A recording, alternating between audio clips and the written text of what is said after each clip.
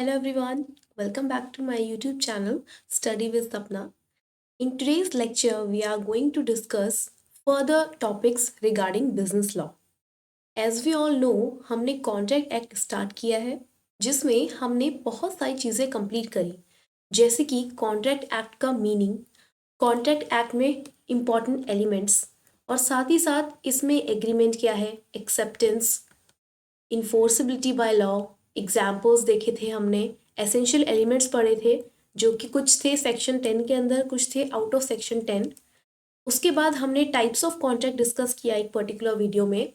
जो types of contract थे वो 3 बेसिस पे थे, वैलिडिटी के बेस पर थे, और कुछ कॉन्ट्रैक्ट्स हमारे फॉर्मेशन के बेस पे थे, कुछ कॉन्ट्रैक्ट्स हमारे परफॉर्मेंस के बेस पे थे। इसके बाद हमने जो डिस्कस किया था वो था प्रपोजल, यानी कि ऑफर के बारे में। और ऑफर डिस्कस करते टाइम इसके एसेंशियल्स एलिमेंट्स हमने पढ़े थे। उसके बाद हमने काइंड्स ऑफ ऑफर डिस्कस किया था, जिसमें general offer, special offer, counter offer, ये सारे के सारे ऑफर्स हमने पढ़े थे। उसके बाद लास्ट टॉपिक हमने डिस्कस किया था invitation to offer and offer. ये वाला टॉपिक भी हम ऑलरेडी डिस्कस कर चुके हैं। सो आज के वीडियो में हम स्टार्ट करेंगे हमारा न्यू टॉपिक एक्सेप्टेंस। हमने अभी तक जो भी चीज़ें पढ़ी हैं उसकी सेक्शन में आप लोगों को रिवाइज करवा देती हूँ। देखिए, सबसे पहले हमने पढ़ा था कॉन्ट्रैक्ट एक्ट के बारे में, है ना। सो कॉन्ट्रैक्ट एक्ट में हमने कॉन्ट्रैक्ट का मीनिंग पढ़ा था, वो था 2 सबसेक्शन एच में। तो मैंने इसकी ट्रिक आप लोगों को क्या बताई थी कि एच मतलब जब आप कॉन्ट्रैक्ट करते तो हाँ हाँ बोलते हैं, यस बोलते हैं, हाँ बोलते हैं, इसलिए इसको 2H ऐसे आपको याद करने को कहा था। एग्रीमेंट, एग्रीमेंट की हमने बात की थी, तो इसमें क्या था, सेक्शन 2 सबसेक्शन ई, क्योंकि यहाँ पे बहुत बार ई आ रहा है, ऐसे याद करने को मैंने आपसे कहा था एग्रीमेंट। उसके बाद हमने बोला था प्रॉमिस, ठीक है। प्रॉमिस का था 2 सबसेक्शन बी। मैंने कहा था पी है, पी को आप रेसिप्रोकेट कर देंगे, उल्टा कर देंगे, ये बी बन जाएगा, तो ये आपका क्या बन जाएगा, सेक्शन 2 सबसेक्शन बी, ठीक है। उसके बाद अगर मैं ऑफर की बात करूं, ऑफर के बाद सबसे पहली चीज आप क्या करते हैं, किसी पर्सन को ऑफर करते हैं, ठीक है, तो 2A, ओके। इसके बाद आज जो हम पढ़ेंगे वो है एक्सेप्टेंस। तो जब ऑफर के बाद किस चीज को एक्सेप्ट कर लिया जाता है तो वो बोलते हैं हम उसको 2 सबसेक्शन बी, ठीक है। आई होप आपको सारे के सारे सेक्शंस याद हो गए होंगे। Section 2H contract, section 2E agreement, section 2B promise, section 2A offer, section 2B acceptance. Sorry, ये प्रॉमिस का दूसरा सेक्शन था, एक सेकंड, यहाँ पे कुछ मिस्टेक है, इसको नहीं, हाँ। तो एक्सेप्टेंस का क्या है, सेक्शन 2B। प्रॉमिस का भी एक सेक्शन था, मैं आप लोगों को बता देती हूँ यहाँ पर, मुझे एक भी याद नहीं आ रहा है। प्रपोजल, ये प्रपोजल हमने पढ़ लिया था। इसके बाद हमने प्रॉमिस पढ़ा था, जो कि हमने एग्रीमेंट वाले टॉपिक में पढ़ा था, हमारे सेकेंड लेक्चर में आई गेस, वहाँ हमने पढ़ा था। और ये 2B प्रॉमिस, हाँ ठीक है, 2B प्रॉमिस यही पढ़ा था हमने, ओके क्लियर। वही मैं कहूँ कि ये कैसे गड़बड़ हो रहा है, but it's all correct. 2B promise होता है, और एक्सेप्टेंस के लिए भी जो हम सेक्शन यूज़ करते हैं वो 2B ही करते हैं, ठीक है। तो सेक्शन 2B में दोनों चीज़ें आती हैं आपकी, एक्सेप्टेंस भी आता है और आपका प्रॉमिस, क्योंकि जब कोई चीज़ एक्सेप्ट हो जाती है वो क्या बन जाती है, प्रॉमिस बन जाती है, ठीक है। तो आई होप सेक्शंस क्लियर होंगे। आज हम स्टार्ट करने वाले हैं हमारा एग्रीमेंट, सॉरी एक्सेप्टेंस। ऑफर हमने कर लिया था पिछले वीडियो में, अब हम करेंगे एक्सेप्टेंस। तो एक्सेप्टेंस का मतलब क्या होता है, जैसे कि हमने ऑफर में देखा था, ऑफर क्या होता है, जब कोई पर्सन अपनी विलिंगनेस सामने वाले पर्सन को बताता है इस ऑब्जेक्टिव से कि जो दूसरा पर्सन है उसका उसे क्या मिलेगा, असेंट मिलेगा, किसी काम को करने का या किसी काम को ना करने का। जब हम एक्सेप्टेंस की बात करते हैं तो एक्सेप्टेंस में क्या होता है, when the person to whom the proposal is made signifies his assent thereto, proposal is said to be accepted and the proposal when accepted becomes a promise। जैसे कि अगर मैं कहूँ अजय ने विजय से पूछा कि क्या तुम मेरी कार खरीदोगे, तो ये ऑफर था, 2 लाख रुपीज में क्या तुम मेरी कार खरीदोगे। तो विजय को जो यहाँ पे अजय ने क्या कहा, एक ऑफर दिया है, विजय ने इस चीज को क्या किया, एक्सेप्ट किया कि हाँ मैं तुम्हारी कार खरीदूंगा फॉर 2 लाख रुपीज। अब जब किसी भी चीज को ऑफर किया गया और उस चीज को जब एक्सेप्ट कर लिया, तो ये दोनों ही चीजें मिलके क्या बन जाती हैं, ये बन जाती हैं हमारा प्रॉमिस, ठीक है।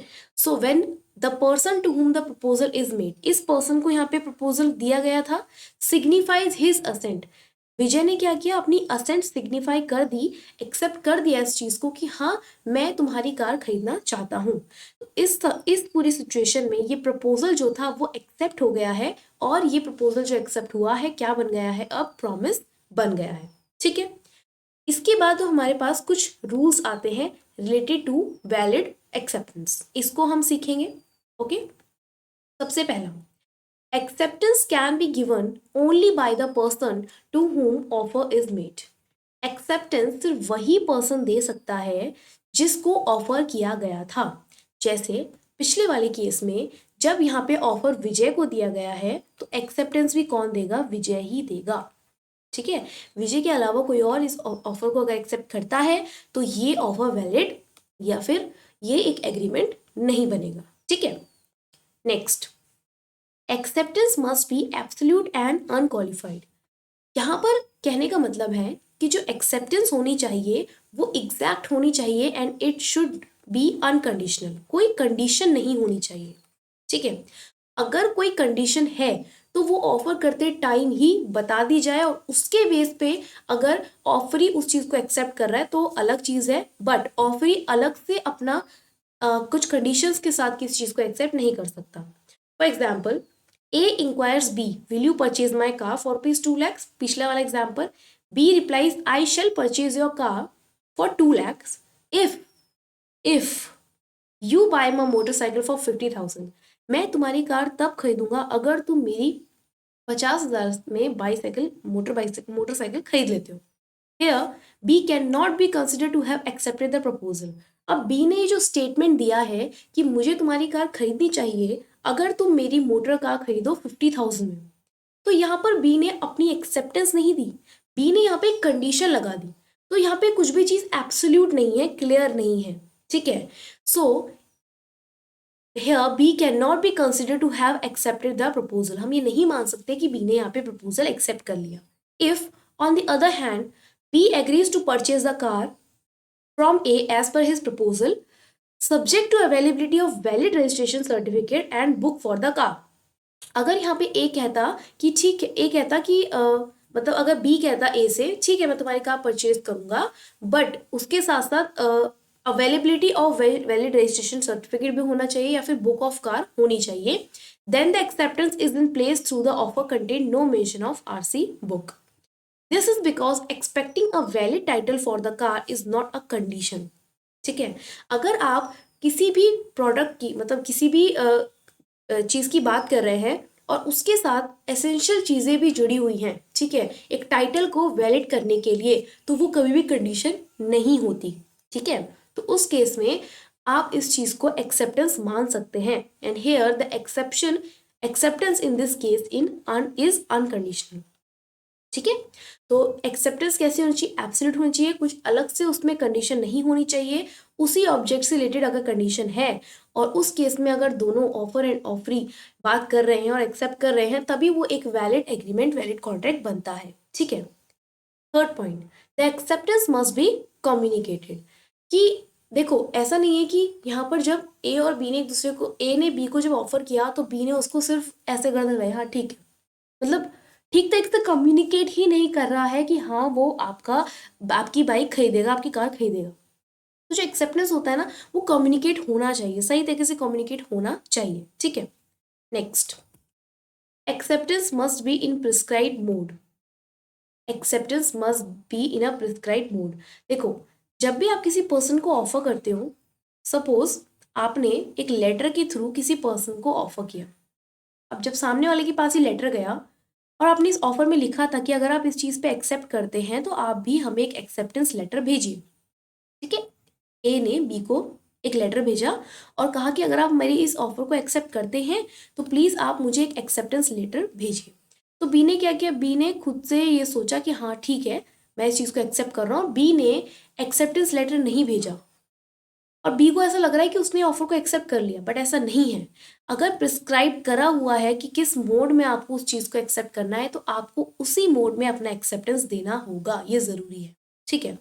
नेक्स्ट टाइम अगर कोई पर्टिकुलर टाइम मेंशन किया गया है तो उसी टाइम के अंदर कोशिश कीजिए कि आप अपना एक्सेप्टेंस दे दें, ठीक है। नेक्स्ट है mayor silence is not acceptance. सिर्फ साइलेंस होने की वजह से एक्सेप्टेंस नहीं मानी जाती अनटिल और अनलेस अगर आप पहले ऐसे ही अपने साइलेंस को एज एन एक्सेप्टेंस एविडेंस दे रहे हैं, ठीक है। फॉर एग्जाम्पल ए ने सब्सक्राइब किया था एक वीकली मैगजीन के लिए 1 साल तक, 1 साल बाद सब्सक्रिप्शन तो एंड हो गया, फिर भी कंपनी वाले उसे मैगजीन देते रहे, ठीक है ना। अब कंपनी वाले मैगजीन देते रहे और ए आराम से उन्हें एक्सेप्ट करता गया।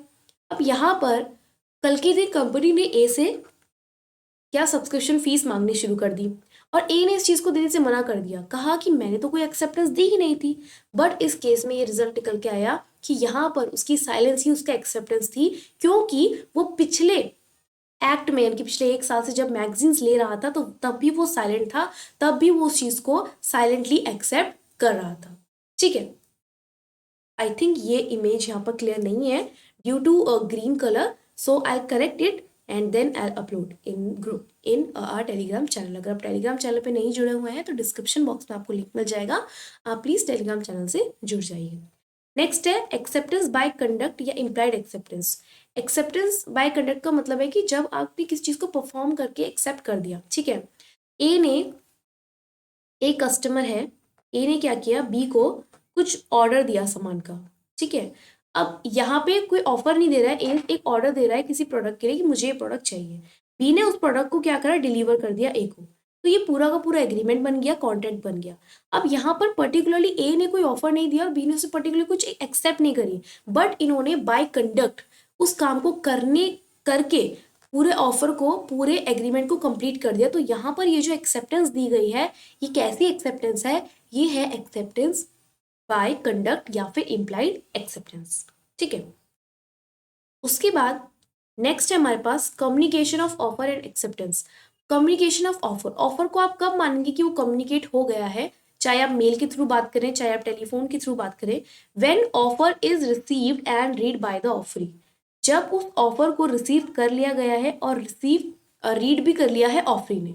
पर जब एक्सेप्टेंस की बात करें तो एक्सेप्टेंस को कब हम मानेंगे कि वो कम्युनिकेट हो गई है, दो तरीके हैं, एक तो मोड्स ऑफ कम्युनिकेशन और time of communication. Modes of communication में क्या है, अगर आपने उस चीज़ को परफॉर्म कर दिया है या फिर आप उस चीज़ को परफॉर्म करना भूल गए थे, टू डू समथिंग, ठीक है, कुछ ना करने के लिए भी होता है ऑफर और एक्सेप्टेंस। और वही कम्युनिकेशन बाय कंडक्ट, ठीक है, आपने उस चीज़ को कंप्लीट करके कर दिया। लेकिन अगर आप कम्युनिकेशन की बात करें तो अगेंस्ट प्रपोजल, ये कब होगा, जब वो चीज़ इन ट्रांसमिशन है। अगर लेटर की बात करें तो अगर आपने अपना एक्सेप्टेंस ट्रांसमिशन के थ्रू भेज दिया है, ठीक है, तो अब आपके पास पावर नहीं है कि आप एक्सेप्टेंस को विड्रॉ कर सके। इस केस में ये आपका कम्युनिकेशन ऑफ एक्सेप्टेंस कहलाएगा। अगर हम एक्सेप्टर की बात करें, when it comes to the knowledge of the proposer, जब प्रपोजर की नॉलेज में आ गया तब ये एक्सेप्टर के लिए कब माना जाएगा कि आपकी एक्सेप्टेंस ऑफर को कम्युनिकेट हो गई है, जब आपके एक्सेप्टर ने उस चीज़ को पढ़ लिया है, देख लिया, उसकी नॉलेज में ये चीज़ आ गई कि चलो अच्छा ये लेटर भी ट्रांसमिशन में है, या फिर लेटर जो है चलो मुझे मिल गया है, इसका मतलब एक्सेप्टेंस मिल चुकी है, ठीक है। आई होप यहाँ तक सब कुछ क्लियर है। नेक्स्ट है हमारे पास रेवोकेशन ऑफ ऑफर, यानी कि अपने ऑफर को आप कब रेवोकेट कर सकते हैं। आई थिंक नीचे का क्लियर नहीं है, एक मिनट। आप अपने ऑफर को कब रेवोकेट कर सकते हैं, यानी कि विड्रॉ कर सकते हैं। तो लिमिट है रेवोकेशन ऑफ ऑफर, ऑफर को कब तक लिमिट कर लेंगे, जब तक वो कम्युनिकेशन में नहीं आया है इसके आपके एक्सेप्टर के, ठीक है। और एक्सेप्टेंस कब तक आप रिवोक कर सकते हैं, जब तक आपके ऑफर की वो कम्युनिकेशन में नहीं आया टाइम के अकॉर्डिंग। अब रेवोकेशन कम्युनिकेशन के बेस पे क्या है, और against the person to whom it is made, वही सेम चीज़ है, जब तक नॉलेज में नहीं आई है कोई चीज़ तब तक आप उसको रेवोकेट कर सकते हैं। और ट्रांसमिशन का केस होता है जब आप ऑफरर के अगेंस्ट बात कर रहे हैं, ठीक है। तो रेवोकेशन ऑफ ऑफर सिंपल सा है कि जब तक वो सामने वाले पर्सन की नॉलेज में नहीं आया है तब तक आप उस चीज़ को क्या कर सकते हैं, रेवोकेट कर सकते हैं, वापस ले सकते हैं, ठीक है।